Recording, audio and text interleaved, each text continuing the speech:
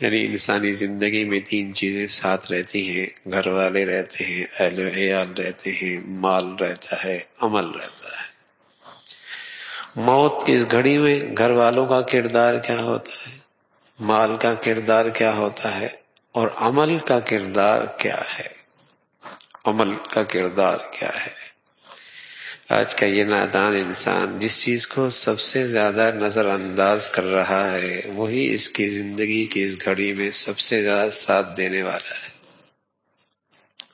کہ اس گھڑی پہ کون سا۔ اللہ کے نبی صلی اللہ علیہ وسلم اس امت پہ بہت مہربان اور شفیق ہیں، مثال دے کر یہ حقیقت سمجھائی ہے کہ تیری زندگی کی اس اور اس سے کسی کو فرار نہیں ہے، کسی کو فرار نہیں ہے، ہر شخص پر یہ گھڑی آنی ہے۔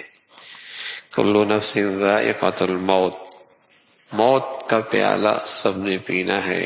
موت کی وجہ کیا ہے، کیوں موت آئی ہے؟ اس لیے کہ زندگی ہے۔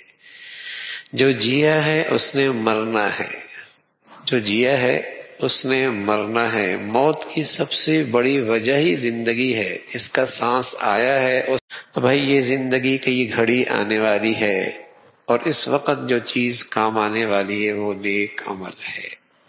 یہ زندگی کا سب سے بہترین دوست ہے۔ اب ہم پر ہے اس سے ہم کتنی وفا کرتے ہیں، پھر یہ ہم سے وفا کرے گا۔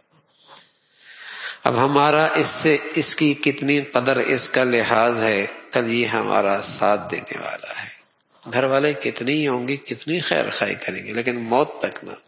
مال کتنا ہے، جب تک کہ سانس ہے اس وقت تک کام آ سکتا ہے، لیکن نیک عمل اس کی دوستی ہمیشہ ساتھ رہے گی۔ تو زندگی کی فرصت بہت تھوڑی سی ہے، زندگی کے لمحات بہت تھوڑے سے ہیں۔ آدمی کوشش کرے کہ اللہ کرے یہ لمحات نیکیوں میں گزریں تاکہ کل کی زندگی میں یہ چیزیں کام آ جائیں۔